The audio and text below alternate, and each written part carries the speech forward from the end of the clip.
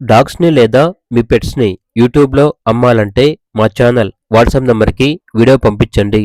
అలాగే ఛానల్‌ని ఇంతవరకు సబ్స్క్రైబ్ చేయకపోతే సబ్స్క్రైబ్ చేసుకోండి. Hi friends, welcome to our channel.